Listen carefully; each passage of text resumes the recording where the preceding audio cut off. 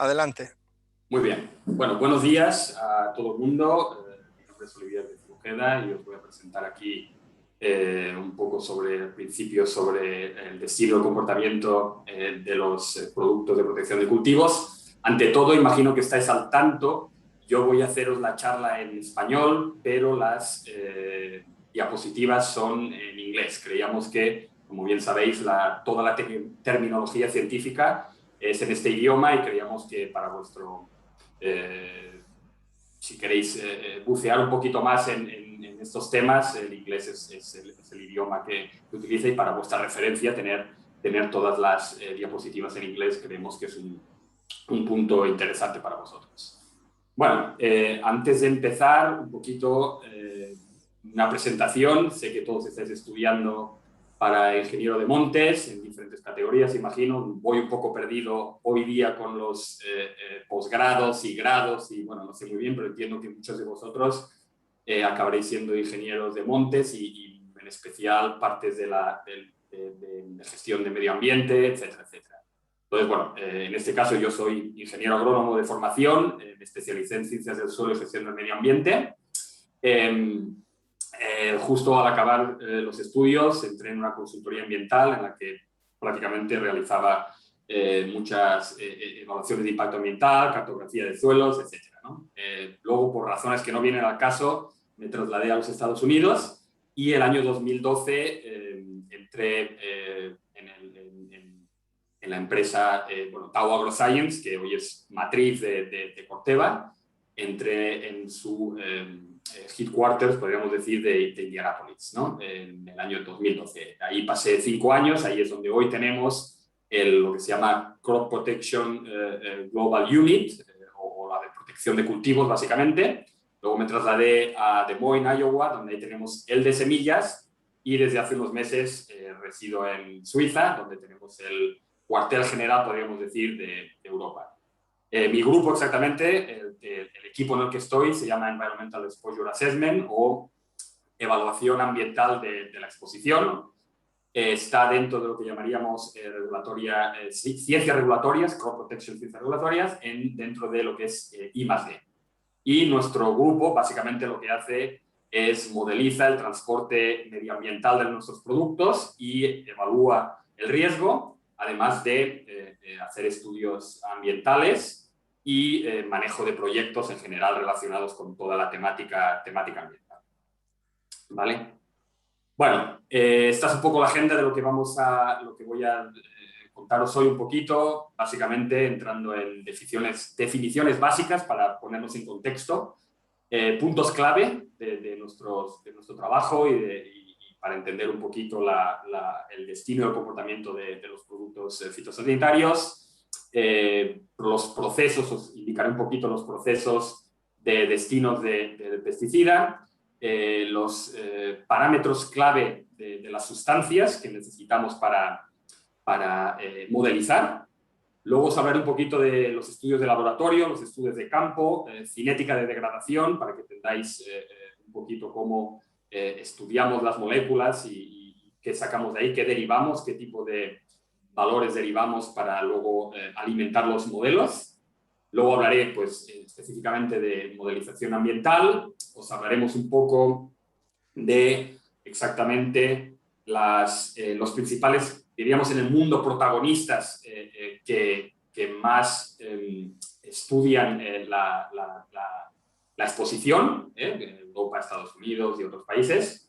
Veremos un resumen un poquito de todos los procesos, os definiré los residuos, como ya os han comentado mis compañeras anteriormente, también os hablaré un poquito de lo que es la evaluación del peligro, la evaluación del riesgo, la diferencia, y luego ya entraremos un poco en materia en lo que sería modelización de aguas subterráneas y modelización de aguas superficiales.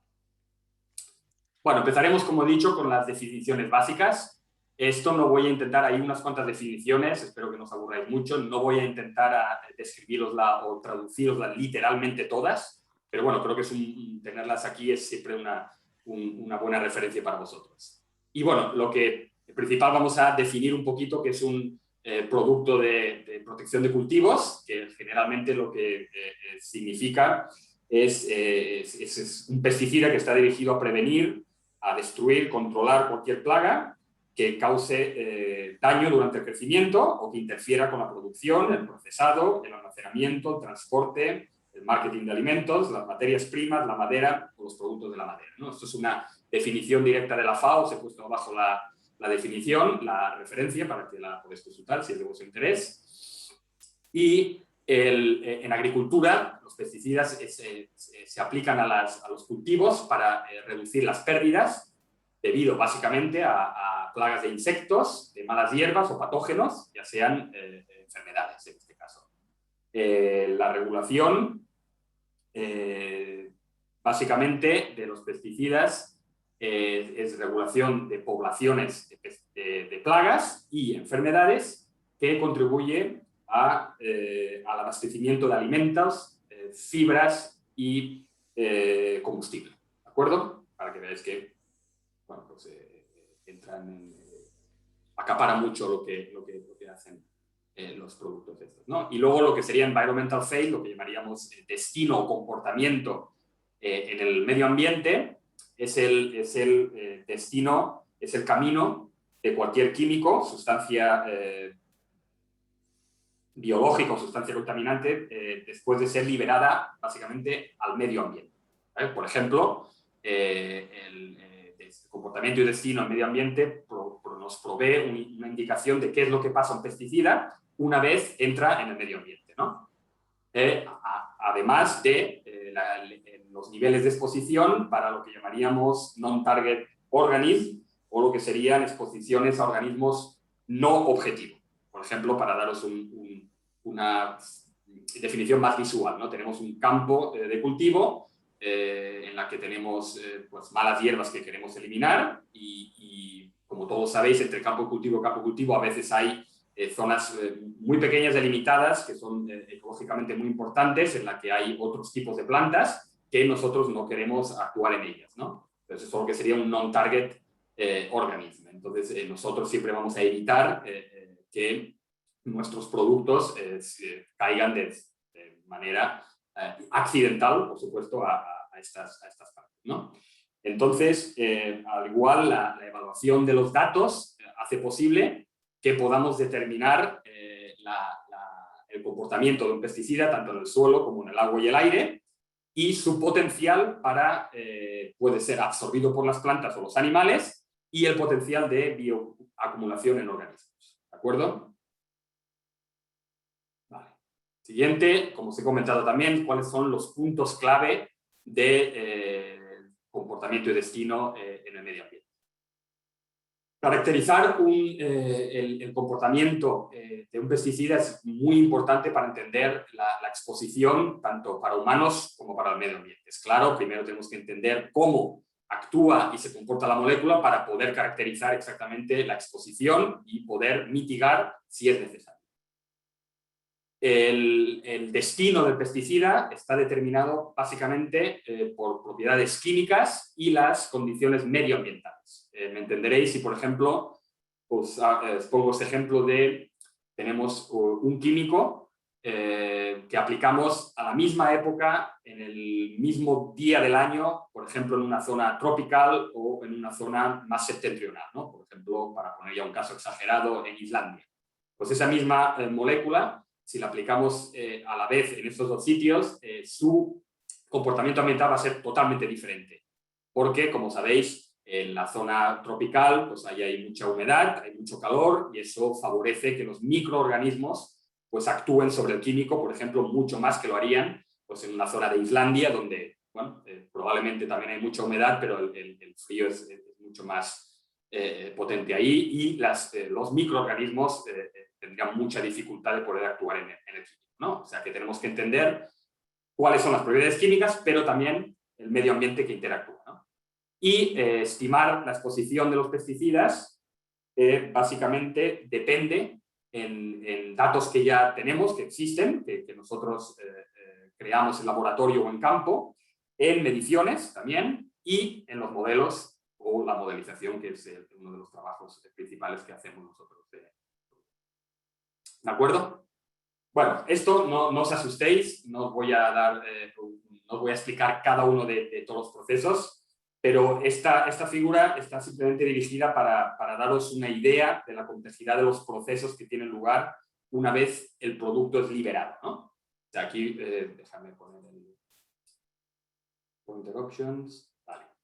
Bueno, aquí podéis ver cómo empieza, dónde empieza todo, que es la aplicación del producto. Si es un campo pequeño, pues se puede hacer, es una persona, normalmente son tractores, porque hablamos ya de campos muy grandes. Y el primer proceso, bueno, ante todo, aquí sobre todo están representados los 4 compartimentos más importantes que interactúan, medioambientales, que interactúan una vez aplicamos el producto, ¿no? Que son el aire, el suelo, las aguas subterráneas y las aguas superficiales, ¿no? Entonces, en cuanto a los procesos principales, es, bueno, pues primero que tendríamos sería lo que se llama drift, o deriva en español, que es este tipo de micropartículas o partículas que quedan suspendidas en el aire una vez se aplica el producto, aunque el producto lo vamos a aplicar sobre la planta o en el suelo, si es en el caso de herbicidas preplantación, etcétera, etcétera, pero para que lo hagamos entendible, es aplicar aquí, pues estas moléculas que están aquí dispersas en el aire, estas son susceptibles, si hay un poco de viento, por ejemplo, a caer por deriva y deposición en, por ejemplo, agua superficial, ¿verdad? Luego tenemos ejemplos como la deposición en la planta, que es nuestro interés, por ejemplo, si queremos eliminar plagas, pero tenemos lo que se llama el wash-off o una limpieza, podríamos decir, de la hoja, si tendríamos unas lluvias justo después de aplicación del producto, ¿no? Por eso es muy importante que cuando se aplique el producto conozcamos bien qué tiempo va a hacer, al menos en los 2 o 3 días siguientes, porque esto puede ser una pérdida tanto económica, porque aplicaríamos un producto que no serviría no diría para nada, pero perderíamos mucho de él y a su vez habría un peligro de contaminar el medio ambiente, ¿no? Luego tenemos aquí lo que sería el crop uptake, otro de los ejemplos, que es que las moléculas son absorbidas por la planta. Hay moléculas que nos interesa que sean así, que son productos sistémicos, ¿no? Que son productos en los cuales intentamos que la molécula entre en la planta para así, por ejemplo, una plaga, una vez entra en contacto con la planta y empieza a comer, por ejemplo, unas hojas, directamente tenga una ingestión de la molécula que queremos utilizar y eliminemos la plaga, ¿no?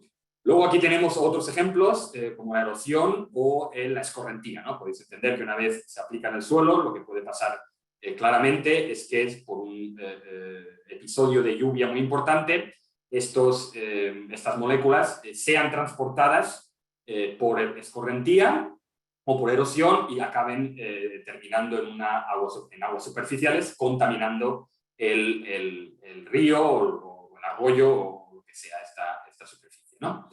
Luego tenemos también lo que os comentaré más tarde, que es la degradación. Aquí podéis ver la diferencia, ¿no? La pesticida sería entero, el círculo entero, el metabolito, que sería un subproducto de la degradación, pues estas pueden ser debidas, ya os comentaré un poco más tarde, a efectos bióticos o abióticos, ¿no? Luego está la absorción o desorción, y luego tenemos otro que es la lixiviación, ¿no? Que esto es muy importante en moléculas que son móviles. Si, por ejemplo, tenemos una lluvia importante y hay muchas moléculas por aquí móviles, eso es un problema porque estas pueden ser arrastradas y lixiviadas y acabar en las aguas superficiales, ¿no? Perdón, en las aguas subterráneas. Esto es un problema en España, mayoritariamente el agua, normalmente las tomamos de embalses, mayoritariamente, pero en muchas partes de Europa también se toma el agua de beber, podríamos decir, de aguas subterráneas, ¿no? Entonces hay que tener mucho cuidado que las concentraciones aquí sean muy bajas, si es que las hay, para poder controlar esta ingesta si la hubiera y demás, ¿no? Esto ya os lo comentaré un poquito después, con modelización y demás. Pero bueno, ahora podéis ver, simplemente os quiero dar una idea de la complejidad de los diferentes procesos que se pueden dar una vez aplicamos el producto en campo, ¿vale?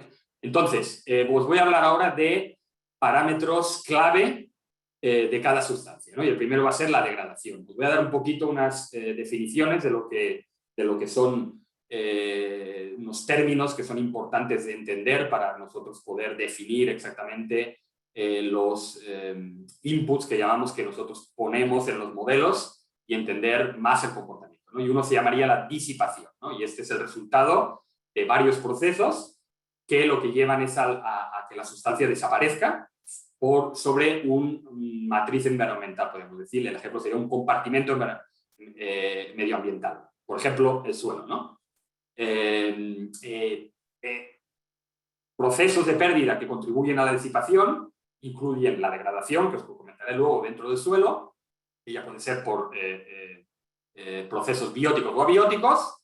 Otro ejemplo puede ser una fotólisis en la superficie del suelo, es decir, que el sol interactúa con la molécula cuando está al aire libre y se cambia pues, a metabolitos o se transforma en otra sustancia. Hay la volatilización, que es que esto pasa al aire, o, como he comentado antes, tanto la lixiviación o la absorción de la planta. ¿De acuerdo? Ahora entramos ya a lo que se llama degradación, ¿no? La degradación es el proceso por el cual la molécula es físicamente transformada de un químico a otro. Es decir, la molécula A se transforma en B. ¿De acuerdo? Esto al final puede acabar en la formación de lo que llamamos unextracted residues o residuos no extraíbles y en dióxido de carbono, ¿no? Pero esto no tiene por qué ser así, ya os lo comentaré luego. Y estos procesos son regidos básicamente por microorganismos, lo que llamamos biodegradación, o por procesos abióticos, ya sea químicos o fotoquímicos. Ahora un valor importante a entender, que es lo que llamamos DT50 o DT50, que es el tiempo de disipación, ¿no? Que es un término genérico que lo que describe es el tiempo requerido para que desaparezca la mitad del residuo. ¿De acuerdo? Este es un parámetro clave que es muy importante para nosotros entender cómo esta molécula, una vez esté en el ambiente, cómo evoluciona y cuándo se elimina. Y esto es muy importante para nuestros modelos, ¿no?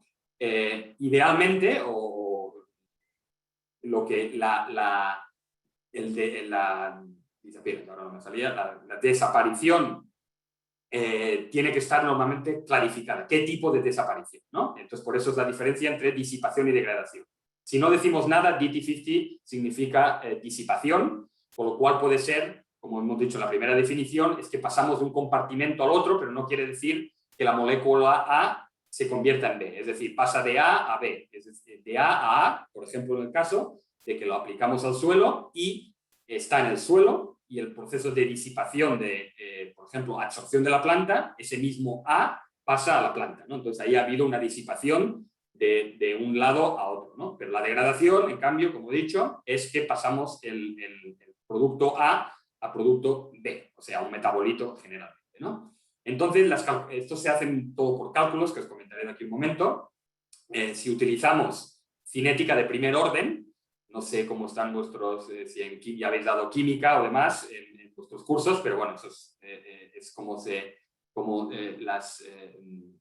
podemos decir, como ciertos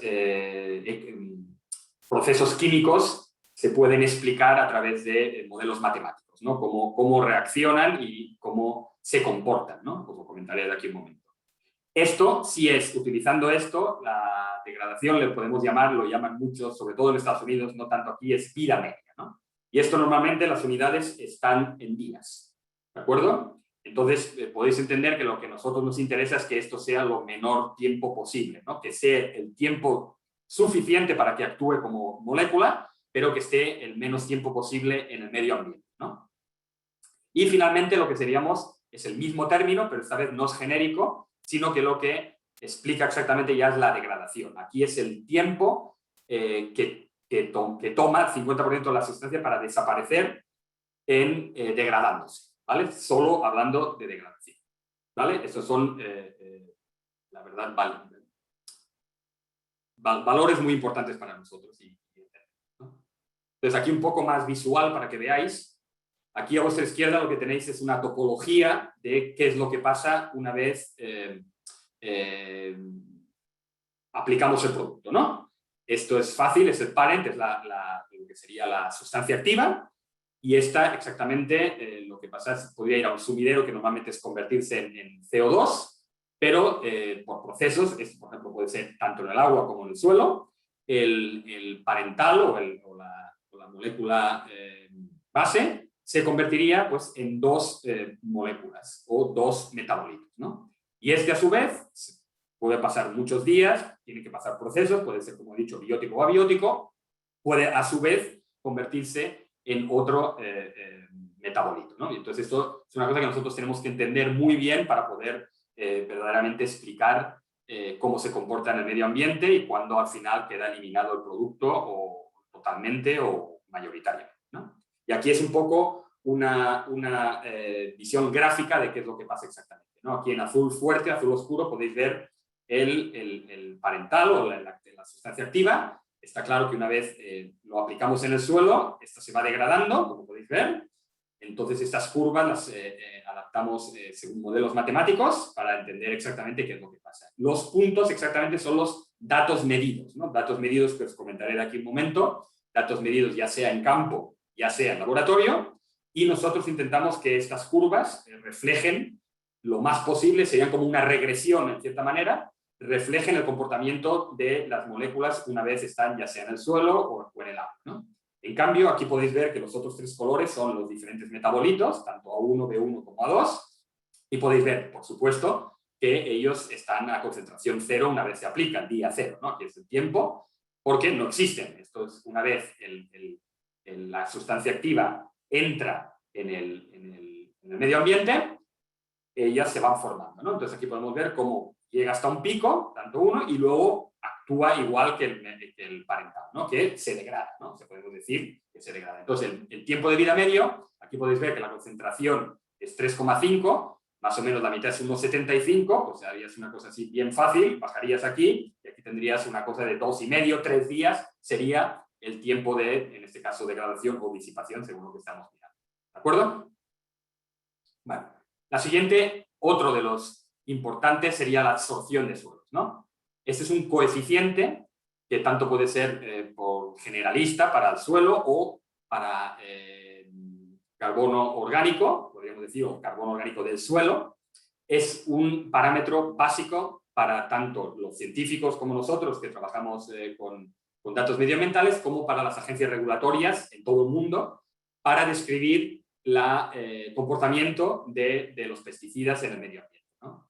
Son básicamente una medida de la fuerza en cómo se sorbe el pesticida al suelo en la base, o sea, en la interfaz entre el suelo o el sólido y el agua, ¿no? Y esto está directamente relacionado tanto con la movilidad ambiental y la persistencia. ¿Vale? Aquí tenemos el D, el generalista, que lo que mide es la cantidad de químico que se absorbe al suelo por cantidad de agua. Y el Carbon Water Partition, diríamos que es teniendo en cuenta el carbono orgánico del suelo, porque sabéis que las capas altas suele haber una capa de materia orgánica, que es muy importante porque también absorbe componentes, es una medida de la tendencia de un químico a pegarse al suelo, ¿no? En este caso, como he dicho, corregido porque la materia orgánica aquí es muy importante, ¿no? Estos valores suelen variar bastante, depende normalmente del tipo de suelo, en el pH, en si es ácido o básico, ¿no? Y en las propiedades del pesticida, como he dicho antes, o el tipo de materia orgánica que hay en el suelo. Entonces, como os he dicho, esto es muy importante porque estos dos parámetros lo que miden es la movilidad de la sustancia del suelo, ¿no? Un suelo, podríamos decir, un valor muy alto de KD o KOC, lo que significa claramente es que se absorbe muy fuertemente al suelo o a la materia orgánica, ¿no? Y no se mueve en el perfil. Si os acordáis en la imagen que os he puesto antes, en el perfil nos interesa que sobre todo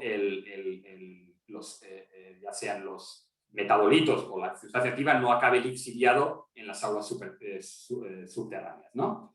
En cambio, por el contrario, un valor muy bajo es que significa que es una molécula muy móvil, ¿no? Entonces, si esta molécula muy móvil está en el suelo mucho tiempo y hay un evento de pluviometría muy grande, tenemos muchos puntos a que esta molécula acabe en las aguas superficiales, ¿no? Entonces, como hemos dicho, estos dos parámetros son muy importantes para estimar la distribución en medioambiental y la exposición de la sustancia química, ¿no? Las unidades en este caso son en kilogramos, en litros por kilogramo.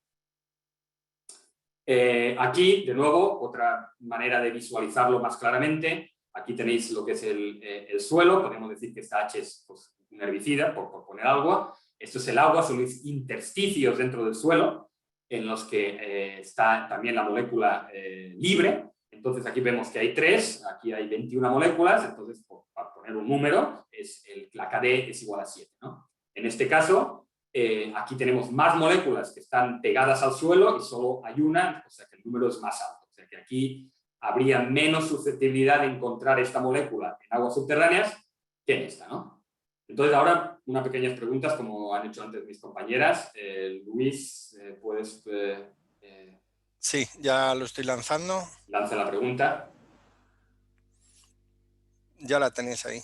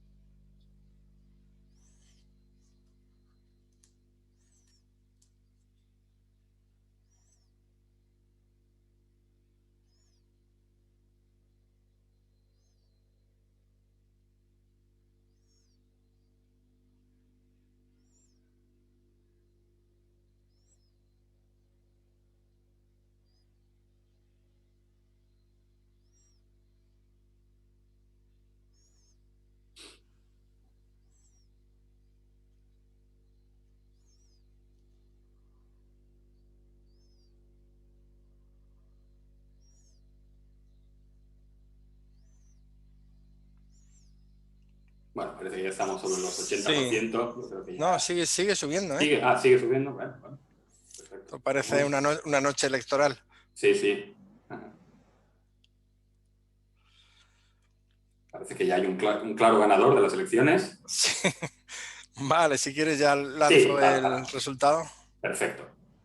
Bueno, pues me alegro porque sé que he empezado con un poco lo más aburrido que son las definiciones, pero bueno, es para entender los conceptos y habéis acertado. Es una alto coeficiente de absorción y un bajo DT50, que diríamos, o tiempo de disipación o degradación media. Perfecto. Lo que intentamos, esto es muy generalista, pero habéis entendido bien el concepto de que lo que intentamos es que sea lo menos persistente posible, es decir, menor DT50 y una mayor absorción en el suelo para evitar que la molécula pueda acabar en aguas subterráneas. Pues perfecto, me alegro mucho. Venga, pues vamos a seguir. A ver, espera. Perfecto, bueno, pues ahora os voy a hablar un poco de los estudios de laboratorio. Esto es algo que no hacemos nosotros, pero es más o menos para entender cómo obtenemos estos parámetros que os he contado anteriormente. Es muy importante de entender que aquí hay estudios muy complicados que normalmente hacen los químicos especialistas en la materia. Bueno, pues aquí podéis ver lo que es el aerobic soil, que se llama, que es el estudio de dónde sacaremos la degradación de suelos en laboratorio.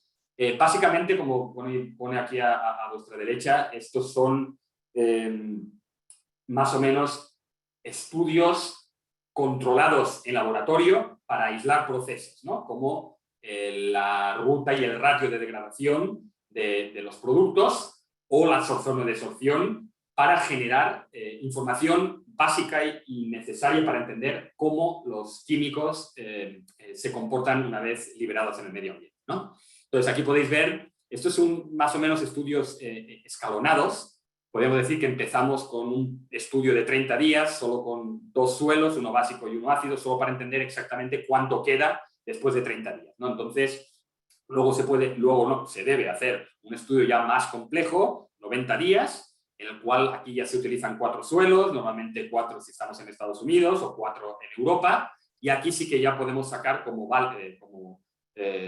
parámetro el DT50 en laboratorio, ¿no? Y ya si queremos ir más lejos y entender mucho más todo lo que está pasando, ya utilizamos material radioactivo en el cual ya podemos hacer un balance de masas y también sacar el DT50 para saber exactamente dónde se ha ido todo el producto, ¿no? En absorción de suelos es muy similar. Empezamos siempre con estudios más sencillos para simplemente entender por dónde van los tiros, y luego a partir de ahí ya vamos mejorando un poco y vamos ya integrando más suelos, etcétera, etcétera, ¿no? Luego también otros estudios que no os he comentado y por los que no voy a entrar son la hidrólisis, que es importante también, o la fotólisis, que es, como os he comentado antes, una vez el producto entra en contacto con la luz solar, puede darse que tenga degradación, ¿no? Hay otros que no, que son completamente estables a la fotólisis, pero eso es un estudio que nosotros tenemos que determinar para ver su comportamiento. Podéis ver, hay muchos más estudios y ya digo, son una complejidad. Normalmente estos los hacemos lo que se llama in-house o en casa, en nuestros laboratorios, pero a veces hay muchas empresas, grandes laboratorios repartidos por todo el mundo que hacen gran trabajo y muchas veces les pedimos que hagan este tipo de trabajos para nosotros, ¿no? Bueno, para que veáis, esto está, como ya han comentado mis compañeros Esther y Mada, esto está muy regulado. No es que una empresa pueda venir aquí y haga lo que quiera, envíe un estudio y las autoridades regulatorias, pues bueno, lo analizan y demás. No, esto está muy determinado por guías internacionales. En este caso es de la Organización para la Cooperación y el Desarrollo Económico. Aquí podéis ver el número de la guía que se utiliza. Yo no soy experto en laboratorio, pero estas guías, me han dicho, son muy estrictas, aunque dejan, podríamos decir, que cierta libertad de acción, ¿okay? En el sentido de que pues, se pueden utilizar, no tienes que utilizar 4 suelos exactamente estos y demás, ¿no? Sino en función de tu producto, pues si va a ser un producto para cereales, y sabemos que mayoritariamente los cereales se plantan en zonas, por digamos, más básicas que ácidas, o etcétera, podemos estudiarlo más en la zona donde más se va a utilizar, ¿no? Pero, esto está muy regulado. Son guías internacionales que todo el mundo entiende, todo el mundo va a tener una evaluación desde el mismo punto de vista. Y aquí podéis ver, os he puesto el link para que veáis que todas estas guías son accesibles, son libres, si las queréis bajar y leerlas, pero ya digo, esto es pura química analítica, pero que tenemos que obedecer, seguir y por unos parámetros de calidad que si no son aceptados por las agencias regulatorias, pues hay que volver a hacerlos, pero causan un problema grande, porque nosotros dependemos mucho, en mi trabajo, de estos parámetros que salen de aquí, y si no se ha hecho un buen trabajo, pues tampoco se va a poder hacer un buen trabajo en la evaluación de riesgo, ¿no? ¿Vale? Y aquí simplemente es ya os han comentado también mis compañeras, es para que veáis que en Europa exactamente es la regulación 283, que es para los ingredientes activos, está la 284, que son los productos, y está en base a esta regulación general de los químicos, pesticidas o productos de crop protection, ¿no? De protección de cultivos, que es esta ley, la 1107-2009, y aquí está lo que seríamos el desarrollo de la guía, de la ley. Y en esta ya podéis ver, por ejemplo, queda claro que cuando nosotros tenemos que enviar un nuevo producto o tenemos que pedir para un nuevo reaprobarlo de nuevo, tenemos que entregar este tipo de datos, ¿no? Esto nos lo exigen, que pues, los estudios de laboratorio tienen que proveer con los mejores posibles, o sea, datos de degradación, tanto a 50 como 90%, de la sustancia activa, sus metabolitos, etc. ¿No? Sabéis que esto está en ley, ¿no? Esto es una ley y que nosotros tenemos que seguir, y es totalmente obligatorio que sigamos con estas guías, ¿de acuerdo? Bueno, ahora voy a entrar en lo que se llaman estudios de campo, ¿no? Entonces, los estudios de campo, estos tienen la capacidad, básicamente, de integrar algunos o casi todos los procesos en un único estudio, ¿no? Como hemos visto antes, os he enseñado los estudios de laboratorio, ahí intentamos aislar procesos, ¿no? La absorción, un estudio simplemente de absorción. La degradación en condiciones muy claras, aeróbicas, pues esto, ¿no?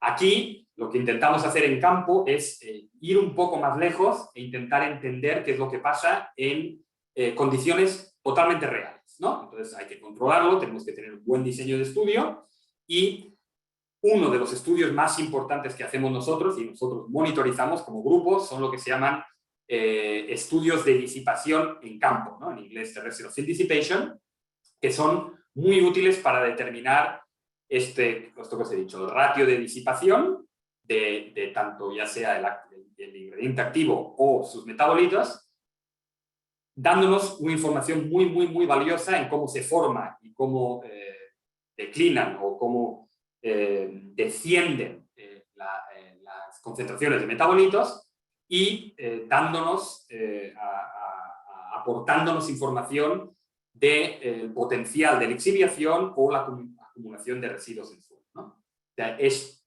un dato muy importante, aunque hay que decir que en Europa no es un estudio obligatorio, a no ser que los datos que os he enseñado antes de laboratorio de Aerobic Soil sobrepasen los 60 días. ¿Qué quiere decir eso? Que cuando os he dicho que utilizamos 4 o 5 suelos para determinar la degradación en laboratorio, que un suelo solo supere los 60 días ya es suficiente para que nosotros tengamos que llevar a cabo uno de esos estudios. Estos estudios son muy complejos, muy caros, alrededor de $500,000 cada uno por molécula o producto, y tenemos que tener claro de entender qué es lo que está pasando.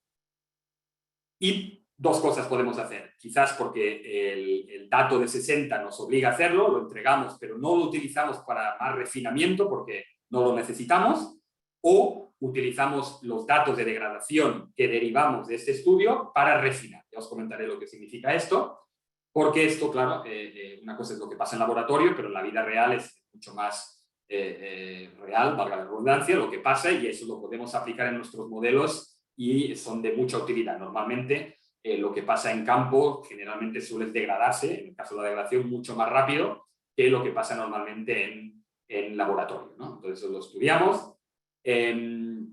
Aquí podéis ver, no se ve muy claro, este fue un estudio que hicimos en Sevilla.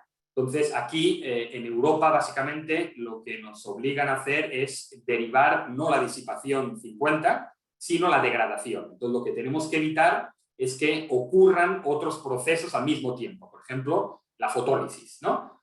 Si nosotros aplicamos el producto aquí, lo dejamos aquí, el producto, si es un poco inestable o la luz activa ciertos mecanismos y la molécula se separa en varios metabolitos, eso puede ser un problema porque no sabríamos exactamente qué es lo que pasa. Porque, como podéis ver, nosotros tomamos muestras del suelo y que luego congelamos y analizamos, pero no lo que pasa en el medio ambiente, ¿no? Entonces, lo que intentamos hacer aquí es, una vez aplicado el producto, y aquí no sé si se ve muy bien en vuestros ordenadores, pero veis que está como un poco arenoso, ¿no? Lo que hacemos es aplicar arena justo después de la aplicación, regamos también, y así evitamos que no haya la molécula ni se volatilice ni entre en contacto con el sol para que no se degrade. Entonces, todo lo que nosotros analizaremos en estas muestras será mayoritariamente degradación, ¿de acuerdo? Por microorganismos o por efectos químicos que tengan lugar en la matriz del suelo, ¿de acuerdo? Me he olvidado comentar que en Estados Unidos, a pesar de que hoy vamos a enfocarnos básicamente en Europa, porque ya os han comentado que es una de son de las regulaciones más estrictas que hay en el mundo, y vosotros estamos todos en Europa, básicamente, pero también Estados Unidos es un importante ministerio que evalúa todo esto, ¿no? Entonces, en Estados Unidos sí enviamos una molécula desde el principio nueva, la queremos registrar, tenemos que enviar el estudio sí o sí, ¿no? Lo hacemos en diferentes suelos, no se hace lo que os acabo de comentar, de tapar para evitar otros procesos. En Estados Unidos simplemente se envía el estudio, normalmente no se utiliza para modelización, es simplemente una manera de que ellos vean cómo exactamente el producto se comporta en el medio ambiente, ¿de acuerdo? Aquí una cosa que creo que es, bueno, de interés en los tiempos que corren, que hoy también utilizamos mucha tecnología, que en este caso son los sistemas de información geográfica, ¿no? Aplicados en este caso a los estudios de disipación o de degradación en campo. Aquí hay un estudio que podéis ver que fue patrocinado por la OCDE, como os habéis visto antes, por el Ministerio de Medio Ambiente de Canadá, por la EPA, que es la Environmental Protection Agency o el Ministerio de Medio Ambiente, y la Comisión Europea, ¿no? Aquí intentamos sacar provecho a los estudios que se hacen sobre todo en Norteamérica. Bueno, México también pertenece a Norteamérica, pero bueno, aquí en este caso solo hablamos de Canadá y Estados Unidos y en Europa, ¿no? Entonces, a través de lo que se llama un concepto de ecorregiones, lo que intentamos hacer es poder utilizar los estudios que hemos hecho en Estados Unidos, también utilizarlos en Europa, ¿no? Entonces, aquí lo que básicamente hacemos es, a través de estas ecorregiones, de este concepto, intentamos encontrar similitudes. Básicamente, el concepto de ecorregión, y no lo voy a leer, es las características de suelo y de clima, ¿no? En Estados Unidos, probablemente en Canadá, hay muchos suelos y climas que tienen correspondencia en Europa y viceversa, ¿no? Entonces, a veces podemos haber hecho un estudio en Estados Unidos con pues, 4 suelos, uno aquí en California, en Carolina del Norte o donde sea, o aquí en la región de Ontario, y en Europa, las ecorregiones que se corresponden a esta zona que aquí veis un poquito más enmarcada, serían, por ejemplo, el norte de Italia y un poquito de Austria, por poner.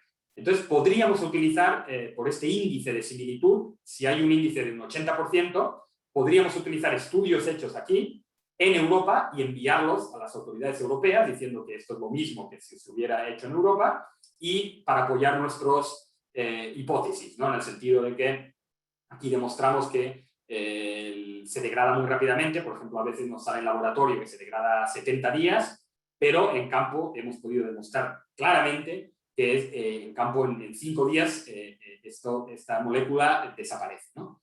También apoyándonos en estudios en Estados Unidos, podemos decir lo mismo. Y esto nos ayuda a que nuestro, digamos, nuestro dataset, como lo llamaríamos, sea más robusto, en el sentido de que tengamos más datos para apoyar nuestras ¿de acuerdo? Bueno, ahora otros estudios de campo, que eso se llamarían más higher tier, o podemos decir niveles más altos y más concretos de estudio, ¿no? Que estos son ya estudios ya verdaderamente más caros, más difíciles, que muchas veces no, y ese es básicamente el problema, no están bajo el amparo de ninguna guía internacional. Entonces, esto nosotros básicamente lo hacemos como se llama en inglés para weight of evidence, o la traducción yo diría como peso de la evidencia. ¿De acuerdo? ¿Qué quiere decir? Hemos demostrado que, por ejemplo, en campo pues se degrada bastante fuerte, aún así los datos son muy altos, nuestros números de concentración que utilizamos en la modelización nos siguen siendo muy altos, y queremos refinar estos datos utilizando pues, estos estudios muy especiales, pues, por ejemplo, como disipación en medios acuáticos, estudios de simulación, lisímetros, que es lo que podéis ver aquí un poquito, que son como, digamos, lo mal dicho, agujeros en los cuales estudiamos todo lo que pasa una vez aplicado el producto, estudios de escorrentía, no sé si lo veis muy bien, pero aquí, por ejemplo, tenemos unas parte, bueno, agua en la que introducimos nuestro producto, lo sacamos aquí. Entonces aquí veis que hay toda una parte vegetativa en la cual el agua, veis que está en pendiente, el agua de escorrentía va pasando por aquí y nosotros vamos tomando datos, muestras a lo largo de todo el perfil para ver que, demostrar que con una zona así vegetativa nosotros paramos la escorrentía y la erosión, y aquí, por ejemplo, ya no queda concentración ninguna de nuestro producto, ¿no? O sea que esos son para ver cómo funcionan exactamente de ciertas mitigaciones que os comentaré en diapositivas de aquí a un momento. Luego tenemos otros como la volatilidad en campo y estudios que son interesantes, que son los estudios de deriva en campo. No sé si lo veis muy bien aquí, pero aquí es un tractor aplicando con un colorante. Aquí veis esta deriva que os he dicho, que son estas bueno, partículas en las que veis que esto rosa ya se ha aplicado en campo, pero aquí tenemos todas unas muestras, el aire, y evidentemente una vez la aplicación es de norte a sur o sur a norte, con el aire yendo de oeste a este, aquí ponemos nosotros estas muestras y vemos qué cantidad acaba yendo a lo que os había dicho antes como off-target, ¿no? O sea, fuera del campo de cultivo, lo que no nos interesa en absoluto, ¿no? Aquí veis cómo hay estudios muy detallados de ingeniería en los cuales se estudian diferentes tipos de formulaciones, y aprovecho aquí el momento que, pues, bueno, en nuestra empresa hay productos que se han estudiado para que esta volatilización, bueno, no volatilización, disculpa, esta deriva sea la mínima posible, es decir, que las partículas sean lo suficientemente grandes, pero no lo suficientemente como para que caigan, pero no lo suficientemente pequeñas para que se puedan ir, para que todo el producto, mayoritariamente todo el producto, acabe yendo donde tiene que acabar y no haya problemas de contaminación en zonas fuera de la zona de aplicación, ¿no? Entonces esto, bueno, entra en el mundo de la química de formulación, es muy complejo, pero muy interesante en el sentido de que intentamos evitar que nuestros productos acaben donde no tienen que acabar. Vale, degradación cinética, perdón. No os asustéis, no os voy a explicar todo esto, esto es simplemente un ejemplo de nuevo para que veáis la complejidad de lo que le puede pasar a una molécula una vez aplicada y liberada en el medio ambiente, ¿no? Esta es una molécula que no es de nuestra empresa, es una molécula desarrollada a principios de los años 60, actualmente prohibida, creo que fue a finales de los años 90, o sea que no hay ningún problema, ya no existe. Pero bueno, eso no es lo importante, la cuestión es que aquí podéis ver cómo los diferentes procesos actúan y forman diferentes moléculas, ¿no? O sea, no sé exactamente aquí si tienen en cuenta todo solo lo del suelo y agua, metabolismo en plantas, esto puede ser todo, pero aquí podéis ver la cantidad de moléculas que se forman y lo importante que es que nosotros entendamos qué es lo que pasa aquí para poder caracterizarlas y, como he dicho, mitigarlas en el caso de que sean peligrosas para el medio ambiente. A veces esta es, por ejemplo, un fungicida, pero justo cuando se degrada en el suelo esto ya no tiene ningún problema para ningún organismo y no pasa nada. A veces no es el caso y sí que tenemos problemas, entonces tenemos que tener cuidado y conocer exactamente qué es lo que pasa, ¿no? Bueno, la degradación cinética. La tasa de degradación de ingredientes activos de productos de producción de cultivos y sus metabolitos están entre los parámetros más importantes para evaluar la exposición ambiental. La degradación o disipación, como habéis entendido, cinética, el análisis, es un procedimiento matemático para encontrar exactamente la cinética, la explicación, podríamos decir, más convincente, utilizando las matemáticas, de qué es lo que le pasa a los datos medidos, ya sea en campo, ya sea en laboratorio, ¿no? Entonces, como veis aquí, un modelo de cinética de degradación son unas expresiones matemáticas que describen la variación de la concentración de los diferentes componentes en el tiempo, ¿no? Entonces, aquí podéis ver que tenemos diferentes tipos de modelos que utilizamos. Uno es el cinéticas de primer orden, que son los más simples, y mayoritariamente todos los productos suelen acabar utilizando estas matemáticas, estos análisis matemáticos, ¿no? Luego tenemos lo que se llama cinética bifásica. No voy a entrar en esto es ya muy complejo, pero bueno, pues son aquí FOMC, o sea, First Order Multi-Compartment, Hockey Stick o palo de hockey, que es la forma que tiene, y el Double First Order y Parallel, ¿vale? Estos son diferentes, de nuevo, modelos matemáticos. Y aquí, para que podáis ver un ejemplo, se parece mucho a lo que os he enseñado antes. Aquí, si veis el modelo, por ejemplo, aquí solo cambia, os veis, es la misma molécula en que hemos utilizado un análisis de primer orden matemático para el parental o el ingrediente activo y también el mismo para el metabolito. En el segundo caso hemos utilizado lo mismo para el metabolito, o sea que podéis ver todos estos triángulos rojos son los datos que hemos medido, ya sea en campo, ya sea en laboratorio, y los puntos azules también para el ingrediente activo, ¿no? Entonces podéis ver que aquí parece ser que la curva se adapta muy bien, la regresión parece bastante buena, pero en cambio aquí al final ya da que está casi en cero. En cambio aquí tenemos 3 puntos medidos que tienen una concentración significativa, ¿no? En cambio, utilizando el otro modelo, el FOMC, lo que sí que vemos es que quizás al principio no explica tan bien, ¿veis? Porque estos puntos de aquí se adaptan muy bien y estos están un poco alejados, pero en cambio se acerca mucho más a el verdadero comportamiento durante el tiempo, ¿no? Entonces esto a través ya estudiaréis o ya habréis estudiado, imagino, estadística a través de muchos estadísticos de estas ecuaciones matemáticas. Nosotros podemos dar por bueno un modelo o el otro, ¿no? Y aquí, al final, lo que derivamos es el DT50, ¿no? El DT50 ya sea para el parental o para el metabolito, ¿no? Entonces, en este caso, quizás el error estadístico nos da igual en todos los dos y a veces acabamos utilizando lo que se llama el visual fit, o sea, que vemos cómo visualmente este se adapta mejor que el otro caso y lo damos por bueno el modelo y de ahí derivamos matemáticamente el DT50. ¿De acuerdo? Luis, creo que ahora hay una pregunta. Sí, ya la tengo lista. Venga, adelante. A ver.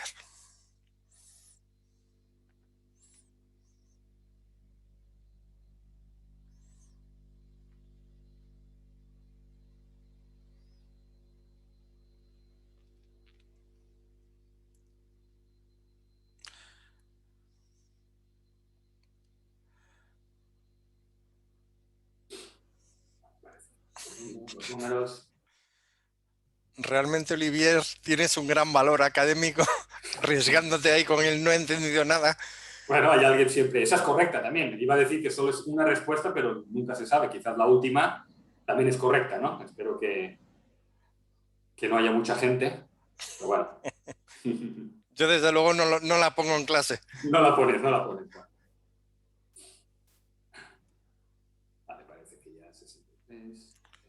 Viendo.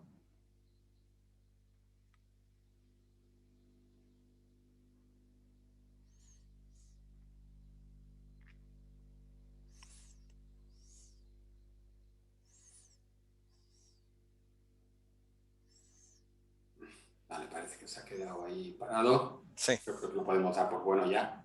De acuerdo. Bueno, bien, me alegro. Habéis acertado de nuevo. O sea que hay 4 preguntas, os he hecho 2. O sea que ya materialmente habéis aprobado la asignatura. No sé si con 50% se aprueba o se necesita más hoy día. Pero bueno, me alegro mucho. Es claro que se ha entendido que podemos derivar la degradación tanto de estudios de laboratorio como de campo, utilizando estas técnicas que os acabo de enseñar de degradación cinética de los compuestos. ¿De acuerdo? Pues venga, seguiremos un poco. ¿Cómo vamos de tiempo? Queda aún 35 minutos. Vale, iré un poquito más rápido porque parece que voy un poco atrasado. Vale. De nuevo, aquí. Vale, entonces, ¿por qué modelizamos medioambientalmente? ¿Por qué? ¿No? Bueno, pues aquí es un matemático inglés, un estadístico británico, y aquí básicamente lo que dice es su aforismo en el que se reconoce que los modelos científicos se quedan cortos para explicar la complejidad de la realidad. Esa es la verdad, ¿no? Muchas veces creemos que con un modelo es la panacea y vamos a poder explicar qué es lo que pasa en el medio ambiente o en otras partes de lo que sea, ¿no? de la ciencia, pero deja claro que aún así no son bastante útiles, ¿no? Entonces, ¿por qué? Básicamente, lo que no podemos hacer nosotros ni como empresa ni como científicos es hacer un estudio de campo en todos los sitios. ¿Qué quiero decir con esto? Básicamente, imaginar que nosotros tenemos un producto, un insecticida, que cubre muchos tipos de plagas, que se aplica tanto en el sur como en el centro y parte del norte de Europa, en muchos cultivos. Si tuviéramos que cubrir todos los diferentes casos, ya sea de suelo, ¿cómo se llama?, de clima, de aplicación o de tipo de aplicación, sería imposible. Podéis entender que ya dentro de España, por ejemplo, esa misma aplicación en Galicia o lo que pase en Andalucía o en Cataluña no tiene nada que ver, porque los suelos, el clima, todo es imposible. Entonces, sí, por eso utilizamos la modelización. La modelización nos ayuda a explicar y a no gastar, porque sería imposible que un producto tuviéramos que hacer un estudio de campo para cada uno de ellos, ¿no? Entonces, también la simulación o las modelizaciones son la única vía para poner en contexto tanto los datos de laboratorio como los de campo, ¿vale? A su vez, con un diseño apropiado, la modelización nos puede representar muy bien la distribución y el rango de las potenciales exposiciones, ¿vale? Podemos ver en todo tipo de diferentes medioambientes, los máximos, los mínimos, qué es lo que sucede, cosa que en campo solo tomaríamos lo que pasa en ese momento, ¿no? Es muy útil para facilitarnos la comprensión de los resultados tanto de laboratorio como de campo. Y normalmente esto es un mix, una mezcla, podríamos decir, de modelos empíricos, semi-empíricos y de principios básicos, modelos de principio básico, podríamos decir, de ciencia, ¿no? De pura ciencia. Eso es una mezcla de todo que nos ayudan a entender mucho mejor cómo nuestros productos reaccionan en libertad en el medio ambiente. Bueno, os he comentado al principio que os iba a hablar un poquito cuáles son los principales protagonistas en lo que llamamos evaluación del impacto o de evaluación de la exposición al medio ambiente. No voy a entrar mucho en el tema europeo, ya os lo han comentado mis compañeras, Esther y Mada. Básicamente, esto está regido por lo que se llama la European Food Safety Authority a nivel de activo. Tenemos que probar primero el activo y luego en cada país lo que sería el producto, ¿no? Pero la base científica básicamente está evaluada a nivel del organismo de EFSA, ¿no? Es para toda Europa. Podemos utilizar estudios muy específicos, no a nivel de EFSA, si no hay una guía. Ese es el problema que tenemos, como os he enseñado en la tercera diapositiva de los estudios de campo. Si no hay una guía, es muy difícil que a todos nos evalúen por el mismo patrón, ¿no? Entonces esto es complicado, pero bueno, se puede intentar porque hay member states, que decimos los países, cuando van a probar el producto, son abiertos a que les enseñemos ciertos tipos de estudios científicos y pueden aprobarnos moléculas que quizás en el caso de EFSA o de otros países, porque son más rigurosos o no están tan abiertos a entender este tipo de estudios, pues no nos lo aprobarían, ¿no? Luego os hablaré de Focus. Son modelos que están tanto para el aire, el agua y las aguas superficiales, son muy bien documentados. Esto está basado en riesgo, como os han comentado, en evaluación ecológica del riesgo, excepto para lo que se llama el drinking water, o sea, el agua que consumimos, que aquí sí que hay diríamos una línea muy clara, es un criterio muy claro que os comentaré de aquí un poquito, que es un número que una vez se sobrepasa no hay manera de poder aprobar el producto, ¿no? Y podemos utilizar mitigaciones en campo, como os enseñaré también después, para poder, pues bueno, a la redundancia, mitigar las concentraciones que puedan llegar a los diferentes compartimentos medioambientales. El segundo, más importante, bueno, el primero o el segundo, son yo diría que los dos más importantes en el mundo es, como ya os he comentado, la EPA, que es el Environmental Protection Agency americano, que si no me equivoco, fue el primer ministerio de medio ambiente formado a principios de los años 70. Paradójicamente, fue fundado por Richard Nixon, alguien que verdaderamente uno entendería cómo estaba preocupado por el medio ambiente, pero bueno, así es. Es un gran cuerpo en Estados Unidos que han llevado la delantera en ciencia durante muchísimos años, aunque su manera de evaluar los productos es algo diferente a lo que hacemos en Europa, ¿no? Es lo que se llama Risk-Benefit Based Decision. ¿Qué quiere decir esto? Pues, por ejemplo, pongamos el caso de 0,1, ¿no? Tenemos un producto que modelizamos y nos da mayor que 0,1. En Europa nos dicen que no se puede aprobar porque hay un riesgo para las personas, etcétera, etcétera, ¿no? En el caso de Estados Unidos, depende de la molécula, pues por ejemplo, si es una molécula, ellos no utilizan este 0,1 como base, ¿no?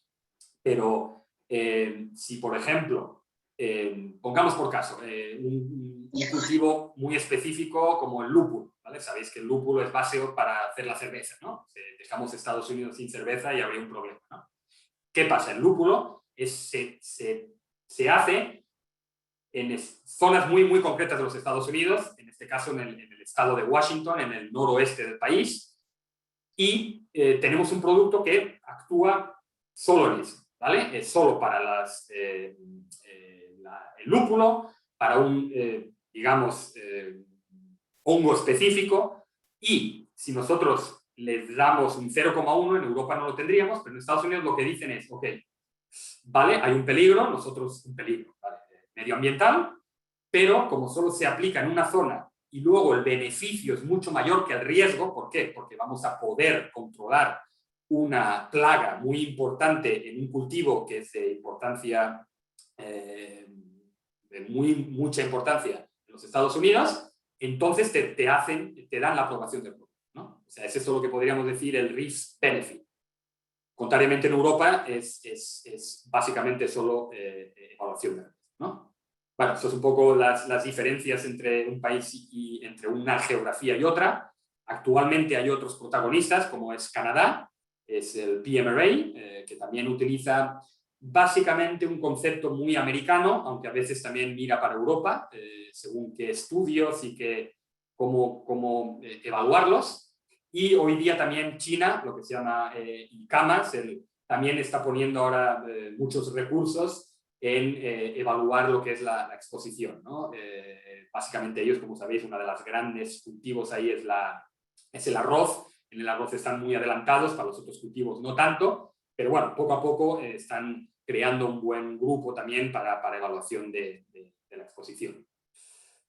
Bueno, aquí os quiero dar un pequeño resumen de cómo nosotros calculamos en modelización lo que llamamos las Predicted Environmental Concentrations, o básicamente las concentraciones medioambientales estimadas, ¿vale?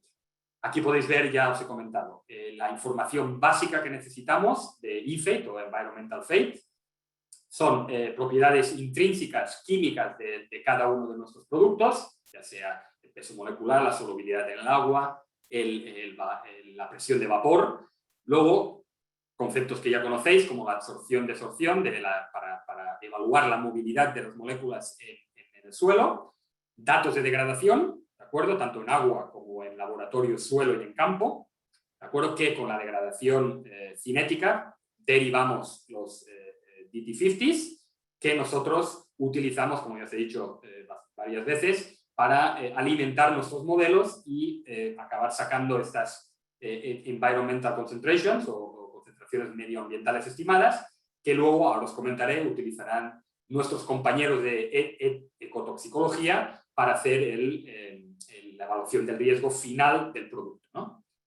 Como os he dicho, algunos países aceptan estos tipos de estudios como la monitorización. Esto es, ya una vez el producto está en el mercado, lo que podemos hacer es monitorizar ríos, monitorizar diferentes superficies de agua, embalses o pozos en todas las regiones específicas donde se aplica el producto y poder ver exactamente si estos productos están llegando a estas vías. Entonces ahí podemos decir pues, que hay un problema de contaminación, qué podemos hacer para mitigarlo, etcétera, etcétera. Estos son estudios muy, muy caros, podéis imaginaros, porque para entender exactamente cuándo tiene lugar un evento es muy difícil de entenderlo, porque se tendría que casi monitorizar cada hora, ¿no? Podéis entender que muestras de una hora en agua, en ríos, en una zona muy grande, durante a veces 1 o 2 años, pues es muy costoso y difícil de entender. Pero bueno, esto es básicamente la idea que pues, en los 4 compartimentos medioambientales, donde utilizando la modelización sacamos unos valores de concentración para que luego sean utilizados por nosotros. ¿De acuerdo? Risk Assessment, os voy a definir lo que se llaman residuos. ¿Qué es lo que en el Risk Assessment utilizamos? Siempre lo que se llama el parent compound o el active ingredient, los metabolitos en suelos o en sistemas acuáticos. Estos normalmente siempre que lleguen al umbral de 10% en cualquier punto del estudio, o a veces, si son menores de 10, pero durante 2 puntos consecutivos tienen más de 5%, también los tenemos que evaluar en la evaluación de riesgo, ¿de acuerdo? A veces también, como os he enseñado en esos gráficos, si nunca vemos que ha llegado a su máximo, os habéis visto las curvas, os acordáis que hacen pues, curvas estilo pues, la normal, que llega a un pico y luego baja, a veces lo que nos pasa es que hay metabolitos que jamás podemos ver en un año de estudio que llegan a su máximo. Entonces, esos también los que tenemos que tener en cuenta en nuestra evaluación. Y ya, como os he comentado, la diferencia entre lo que es el ingrediente activo y el producto. En nuestro caso, no diferenciamos mucho el producto, es un producto, pero al final el producto contiene ingrediente activo y eso es lo que nosotros vamos a evaluar y calcular con nuestros modelos. Bueno, ahora os voy a repetir un poco, porque ese es un concepto muy importante, lo que se han comentado Mada y Esther respecto a lo que es la evaluación del peligro, en cierta manera, el hazard assessment, o la evaluación del riesgo, ¿no? Como os han dicho, el peligro está asociado directamente a las calidades intrínsecas del químico y todo el mal que puede llegar a causar, ¿no? La evaluación del peligro está diseñada para determinar qué factores contribuyen a un posible efecto adverso de una sustancia y en qué compartimento medioambiental puede estar expuesto. ¿De acuerdo? Pero simplemente eso. Por el contrario, lo que se llama el risk assessment o la evaluación de riesgo es la probabilidad de que estos efectos que hemos caracterizado en la evaluación de peligro pueda ocurrir o pueda tener lugar bajo unas circunstancias del uso del químico. ¿De acuerdo? Entonces, la evaluación de riesgo considera tanto el peligro como la exposición, tanto a humanos como al medio ambiente. Un ejemplo, se han puesto el león, yo os iba a hacer el ejemplo de, por ejemplo, una serpiente cascabel. Todos vemos y reconocemos que una serpiente cascabel es muy, muy peligrosa. Si la tuviéramos al lado estaríamos ya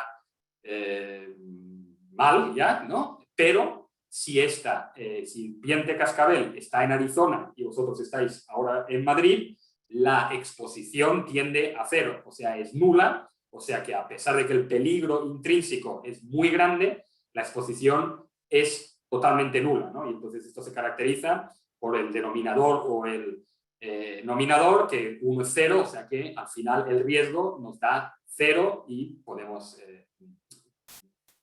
decir que no hay peligro con la aplicación del producto en este caso, ¿no? Luis, siguiente pregunta. Va. Va para allá.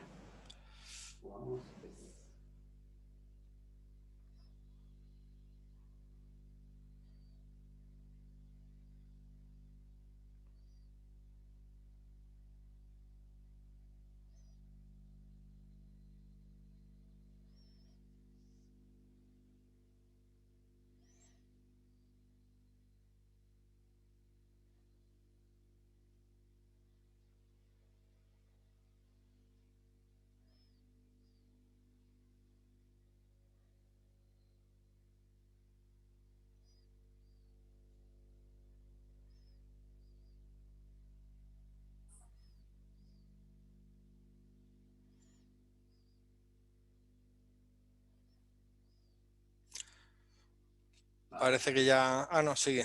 Sigue un poquito. Bueno, la tendencia parece clara.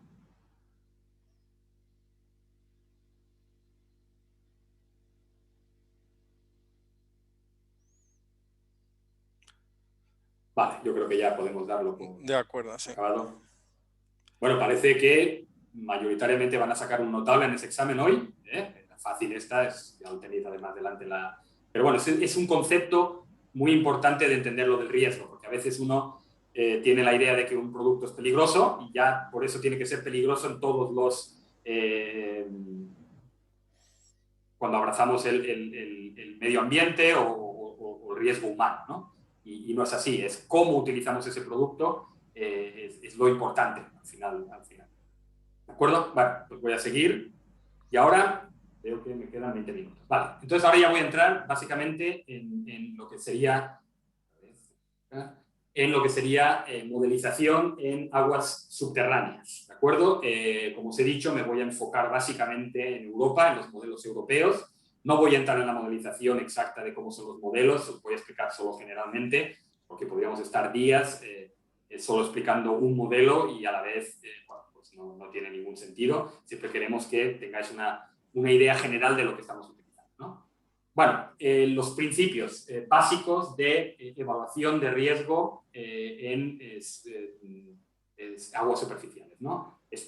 Figura ya la habéis visto antes, solo para recordaros qué es lo que puede pasar. Es una vez se aplica el producto y cae en el suelo, la molécula, como podéis ver, se puede absorber, es bioavailable, o sea, y se puede tanto absorber por las plantas, se puede biodegradar, se puede volatilizar, o en este caso, ¿qué es lo que estamos haciendo aquí?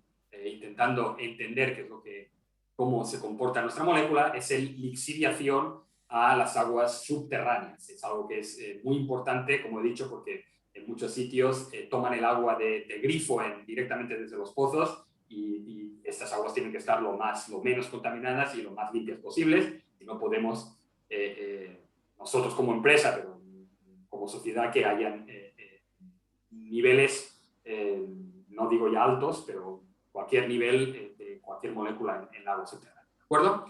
Os he dicho ya antes que justo no se basa en evaluación de riesgo, solo está a través de un valor umbral. ¿De acuerdo? Ese valor umbral, lo que os he dicho, es que el 80 percentil de las concentraciones estimadas tiene que ser inferior siempre a 0,1, tanto para el parental como para los metabolitos relevantes. ¿Qué significa metabolito relevante?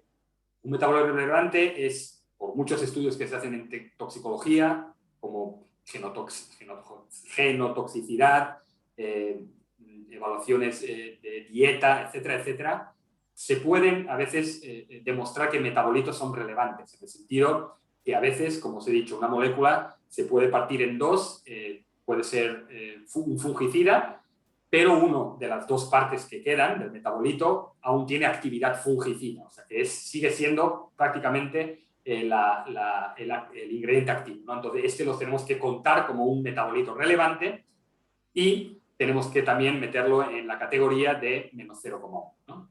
Esto no suele ser muy común, pero a veces pasa.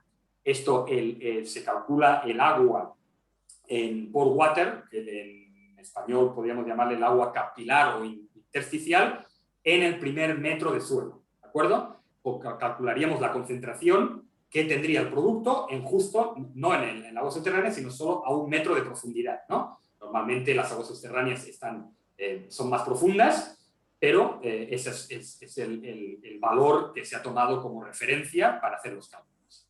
Luego tenemos que calcular el porcentaje también, el 80 percentil para los no relevantes metabolitos, y estos sí que pueden estar, hay una categorización que es entre 0,1, mayores de 0,1 y menores de 0,75.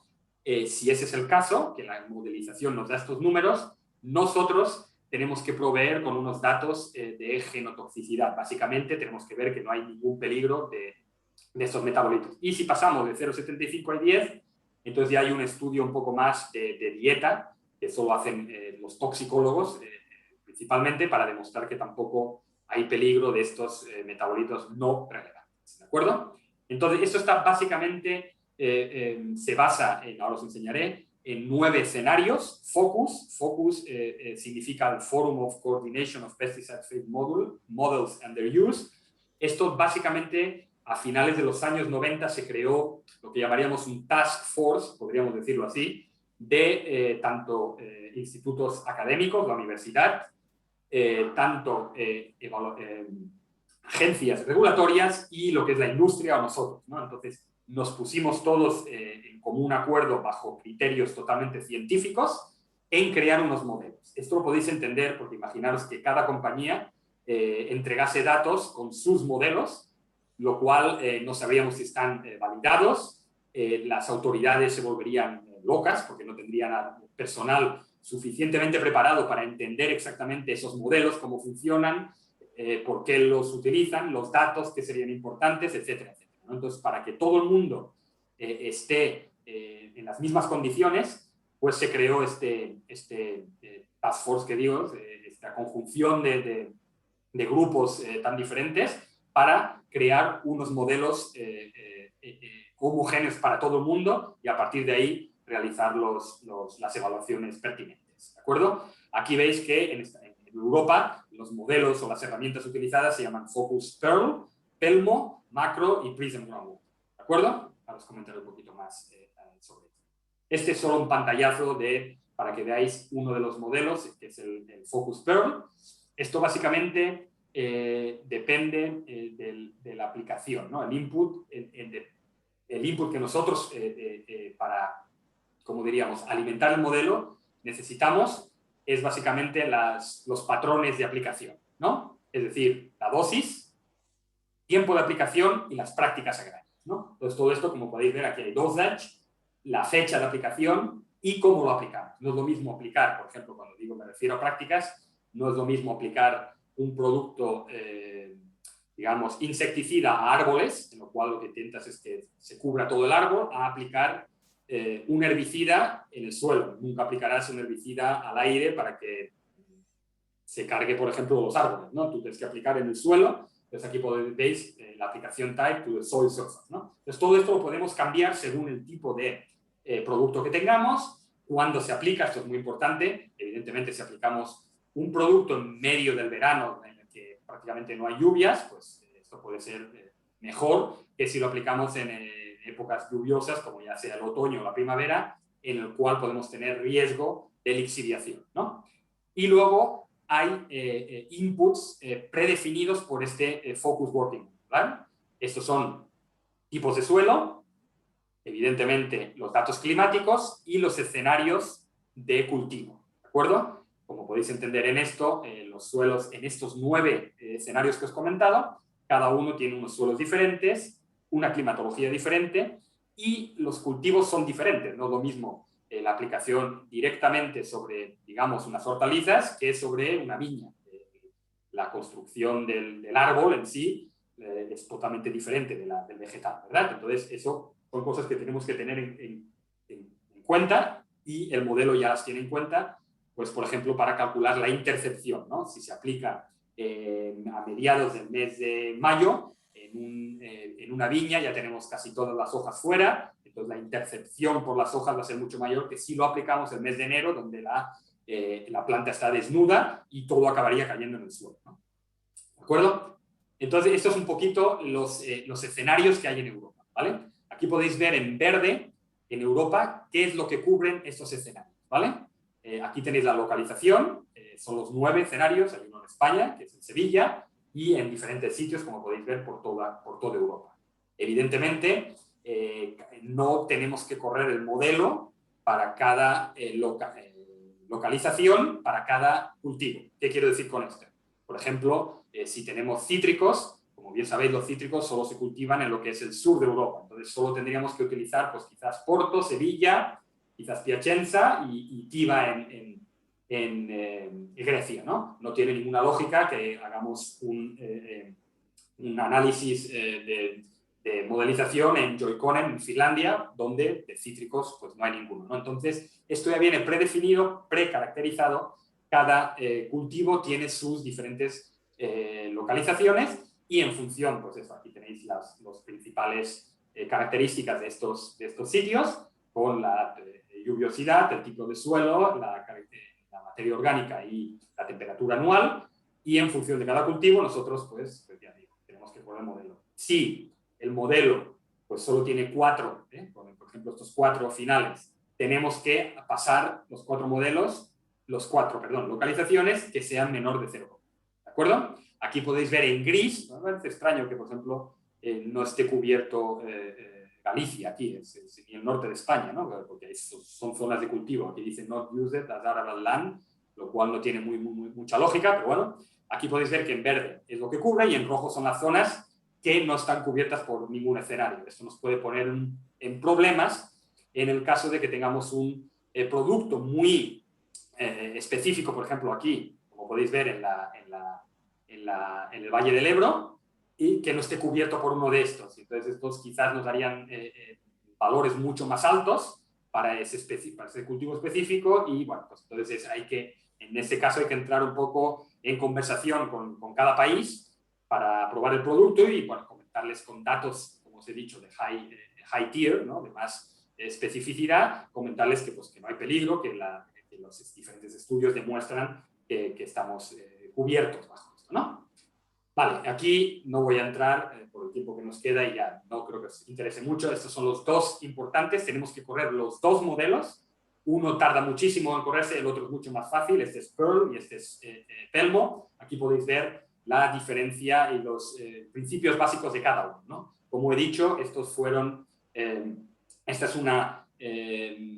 empezó utilizando la US EPA, por eso os he comentado que Estados Unidos estaba como muy avanzado en los años 90, y entonces es una modificación de este PRISM para Europa, ¿de acuerdo? Y ese es el PER. Los alemanes pidieron corregirlo para las aptitudes europeas, y luego tenemos el PER, pero como he vuelto a decir, estos son modelos que se han hecho en conjunción con universidades, las agencias regulatorias y la industria. ¿De acuerdo? Vale, y ahora voy acabando, creo que quedan menos de 10 minutos, hablando de la modelización en aguas superficiales, que ese es otro punto importante de lo que hacemos, ¿no? Entonces, aquí podéis ver tres de los tipos más importantes que tenemos que conocer de rutas de entrada en los diferentes aguas superficiales que pueden ser susceptibles de recibir nuestros productos. Aquí podéis ver claramente, espero que en vuestros ordenadores veis esta nube, como he dicho antes, lo que se llama drift en inglés o deriva, que está estas micropartículas que pueden estar en el aire y pueden ser transportadas a zonas no deseadas, como son los aguas superficiales.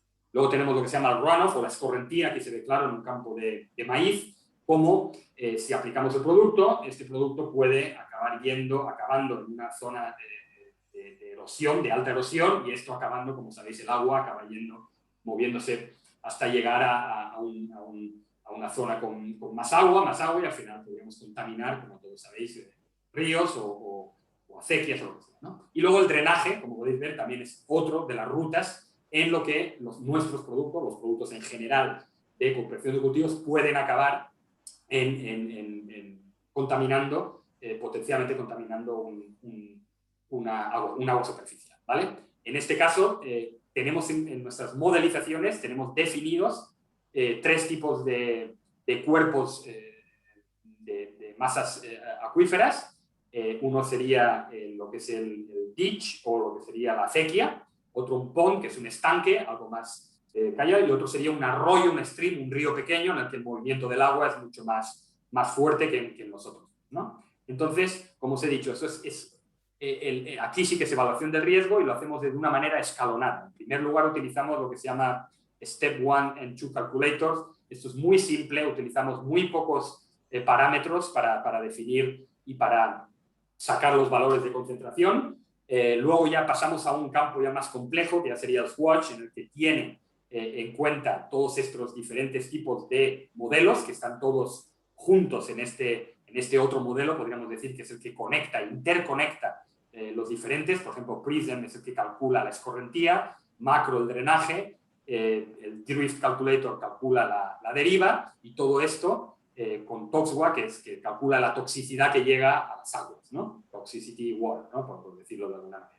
Y luego ya tenemos un último paso que podemos utilizar, que sería ya el de mitigación, que se llama SWAN, Surface Water, no recuerdo ahora exactamente el acrónimo, pero bueno, es un programa que también está desarrollado por universidades y por demás, que nosotros utilizamos para poder modelizar una vez hemos puesto mitigaciones en campo, ¿de acuerdo? Entonces, normalmente lo que nosotros damos es un PEC, de nuevo, la concentración medio ambiente estimada para aguas superficiales, que se calculan para un año. Entonces, normalmente es de 20 años, corre el modelo 20 años y escoge uno. Ahora, esto va a cambiar de aquí a poco, entonces va a calcular la media de 20 años, ¿no? Media o la media geométrica, creo que en 90 percentil. ¿Qué quiere decir? Que esto va a ser, bueno, pues unos datos van a ser más conservadores probablemente, o sea que los valores van a ser más altos y cada vez va a haber más dificultad de poder aprobar los productos, con lo cual, desde nuestra perspectiva, nosotros tenemos que sacar al mercado productos mucho más que sean menos problemáticos en el medio ambiente y bueno, pues esto es como lo van a evaluar en los tiempos. Aún no ha salido este nuevo modelo, pero bueno, está a punto de salir.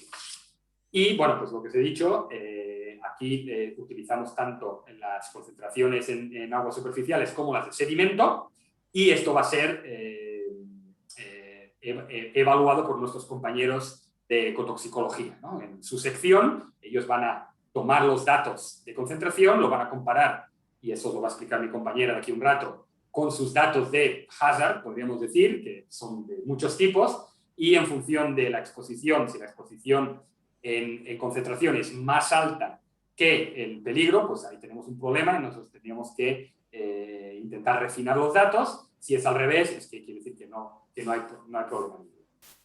Vale, aquí, al igual que en el otro caso, también se utiliza en función de escenarios. Podéis ver que son algunos parecidos, pero no son todos igual, ¿no? Aquí tenemos uno en Francia, en el sur de Francia, en Italia, tenemos uno en Grecia, Entonces aquí es lo que cubre, estos se llaman los D-escenarios, que vienen de drainage. En este caso, esos escenarios que calculamos nosotros tienen en cuenta el drenaje y la deriva.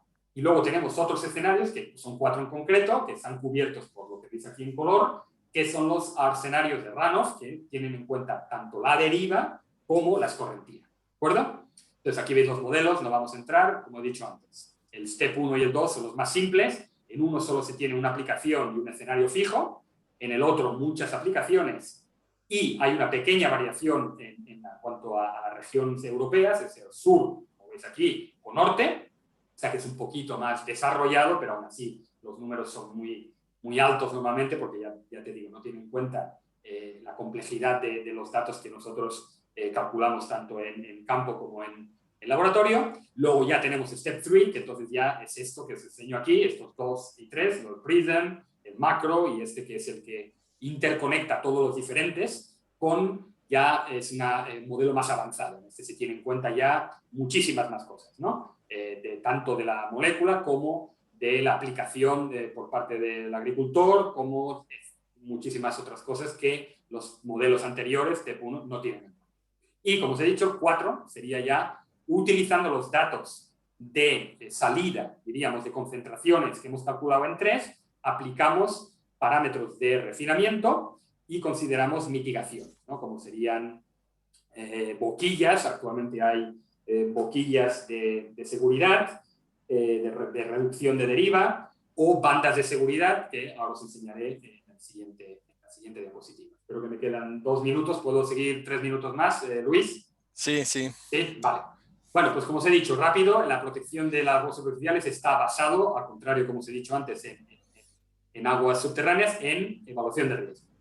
Unos son muy conservativos, paso esto porque ya os lo he contado, y aquí lo mismo, lo que os he dicho antes, es basado por un factor, ¿vale? Sacamos si tenemos un uso seguro o no, en función de la exposición y lo que llamamos Toxicity Exposure Rating. Ya os digo que mi compañero lo va a contar mucho mejor luego. Entonces, una vez, como os he dicho, este valor es inferior a nuestras concentraciones, entonces tenemos que hacernos unas preguntas y decir, a ver, vamos a poder refinar los parámetros. Si os acordáis, nosotros por defecto utilizamos los de laboratorio, de DT50s, por ejemplo, pero decimos, tenemos en campo mejores datos. Entonces los vamos a utilizar porque son más reales, ¿no? Entonces los aplicamos, volvemos a modelizar utilizando estos datos y probablemente sacaremos unas concentraciones menores, ¿no? Luego podemos refinar lo que es el GAP o Good Agricultural Practice, o sea, cómo le aplicamos, es decir, menos dosis, el tiempo de aplicación, intentando evitar zonas con más humedad o que llueva más, o etcétera, etcétera, ¿no? O, lo que os he comentado, podemos en tiempo real monitorizar los datos, ¿no? Si no podemos utilizar esto, no nos ayudan a refinar, vamos a utilizar lo que os he dicho yo en Step 4, las mitigaciones. Voy a ir un poco rápido, esto es interesante, pero bueno, las opciones de mitigación. Esto es muy claro. Lo que veáis. Aquí son fechas que llamamos fecha juliana, ¿vale? ¿Qué significa? Esto es el día del año, ¿eh? Esto es 1 de enero y, por ejemplo, esta es la deriva. Esto es aplicado el día, más o menos será el día 140, un poco menos, 138, ¿no? Que no sé qué será abril, 90, más 30, no, será el mes de mayo, ¿no? Por el mes de mayo. Entonces, ¿qué pasa? Aplicamos y vemos claro que la concentración sube el mismo día de aplicación y vuelve a bajar. Esto es clásico perfil de aplicación por deriva. O sea que la concentración, podéis ver, se aplica, hay viento, esto aquí, nosotros calculamos las concentraciones aquí y nos da el pico de concentración, pero baja enseguida, ¿vale? Como es un agua, esto se diluye y no pasa nada. Entonces, ¿cómo podemos mitigar en el caso en el que la deriva es el potencial, la ruta potencial más contaminante? ¿Vale? Pues lo podemos lograr bajando la dosis, utilizando lo que llamamos no spray zone drift buffers o bandas de seguridad, o lo que se llaman exactamente boquillas de reducción de deriva, ¿vale? Que eso es una tecnología en la cual intenta, en muchos casos, se puede llegar a reducir el 95% de esta deriva, ¿no? Entonces, esto lo aplicamos en campo, esto luego se aplica a lo que sería, porque eso es ley, una vez esto se aprueba el Risk Assessment, esto tiene que ir en las etiquetas y se puede aplicar, pues, al agricultor le dicen no aplicar esto si la banda de seguridad no es menor de 10, etcétera, ¿no? Bueno, el drain flow, este es el siguiente perfil que os voy a enseñar rápido. De nuevo el drift, este es el día de aplicación, eso queda clarísimo, el drift la concentración sube y baja, y en el drain flow, porque eso solo pasa cuando se modeliza en los D escenarios que os he dicho, que aquí hay un drenaje en el campo, veis aquí que con el tiempo lo que pasa es que entra la molécula está aquí un tiempo, se biodegrada, hace lo que sea, pero luego hay una lluvia importante, la modelización lo tiene en cuenta y entonces pasa a los drenes. Y entonces, 50 días más tarde, vemos unos picos cuando no hemos tenido aplicación ninguna. Pues esto es un ejemplo claro de que hay drenaje y contaminación por drenaje, ¿vale? También. Entonces, en este caso, las mitigaciones que tenemos solo podemos aplicar en las propiedades químicas, la aplicación, el tiempo de aplicación o la dosis. No podemos aplicar ningún tipo de bandas ni de nada, porque una vez están ya en el suelo, no hay manera que nosotros podamos ejercer ningún tipo de mitigación, ¿no? Y por último, tenemos la escorrentía, ¿vale? Esto solo se calcula en los R escenarios, en los cuales tenemos en cuenta tanto el drift, la deriva como el runoff, y eso está muy claro, que podéis ver que aquí hay picos, ¿no? Picos que es, una vez se aplicó el producto, este producto ha quedado en el suelo, disponible para cuando un día haya una gran, diríamos, lluvia o evento pluviométrico, entonces se movería y llegaría al final a una masa de agua, ¿no? ¿Qué podemos hacer? Aquí también para actuar y mitigar, ¿no? Propiedades químicas, en este caso una banda de seguridad pero vegetativa, como os he comentado en esos estudios, os acordáis hace un rato, hay unas bandas vegetativas, lo que hacen es atrapar la escorrentía y la erosión y como las moléculas están atadas, absorbidas al suelo, estas no pasarían y evitaríamos la contaminación de cualquier superficie, ¿no?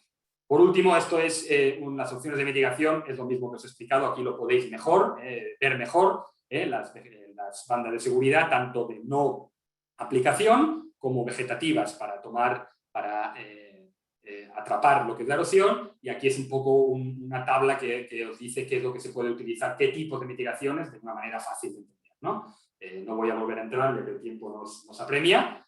Y por último, ya para dar un poquito conexión o una interconexión con mi compañera, que después de comer os va a comentar todo el tema de Ecotox, como os he dicho, ¿no? Nuestro trabajo principal es calcular estas concentraciones, entonces esto se lo damos, estos datos, con los diferentes, diríamos, cultivos, zonas, etcétera, etcétera, con toda la complejidad, se lo damos, ellos calculan esta exposición, ratio de exposición tóxico con nuestros valores y ven si pasamos o no pasamos, ¿no? Lo comparan con estos endpoints que se llaman de toxicidad y, pues lo que he dicho antes, va bien, no hay problema, pasamos el risk assessment y entonces se envía el dossier demostrando que tenemos usos seguros, ¿no? Pero a veces pasa que, pues, bueno, que con los datos básicos de SEP3, por ejemplo, no pasamos. Entonces nosotros lo que hacemos es refinar este modeling, como os he dicho, con estudios mucho más avanzados y más complicados, cuando es posible, o a su vez también los compañeros de ecotoxicología, ellos también hacen otros estudios más complejos, a los que probablemente se referirá Patricia, pero bueno, y entonces eso es un poco un ir y venir, ¿no? Entonces volvemos con con estos parámetros de nuevo, volvemos a calcular los datos, o sea, en un proceso iterativo, y volvemos a hacer el impacto de evaluación. Y así vamos y venimos hasta que conseguimos demostrar que nuestro producto es seguro en el medio ambiente y no tenemos por qué tener ningún problema para que este sea. Bueno, pues esta ha sido mi última final. Tengo una última pregunta para vosotros. Disculpad porque al final he tenido que ir un poquito rápido. Pero bueno, espero que haya quedado meridianamente más o menos claro todo, porque he explicado los conceptos y bueno, por cualquier pregunta que tengáis, pues creo que Luis nos enviará las preguntas si tenéis más interés y nosotros intentaremos contestaros de la mejor manera posible vía mail o de cualquier otra manera. Muchas gracias. Olivier, ahí tienes... Dime. Aquí está viniendo, perfecto. Sí. Y además tienen hambre, va muy rápido. Vale, eso hay que explicar, claro, a la hora de comer. Siempre es. Bueno, a ver, contestamos 52, venga.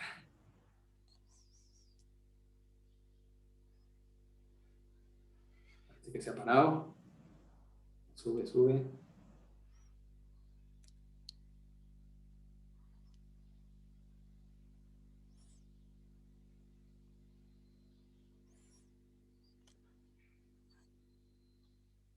Vale, esperamos a que llegue a 80% quizás. Parece que se ha parado. No, está casi ya. Está casi ya.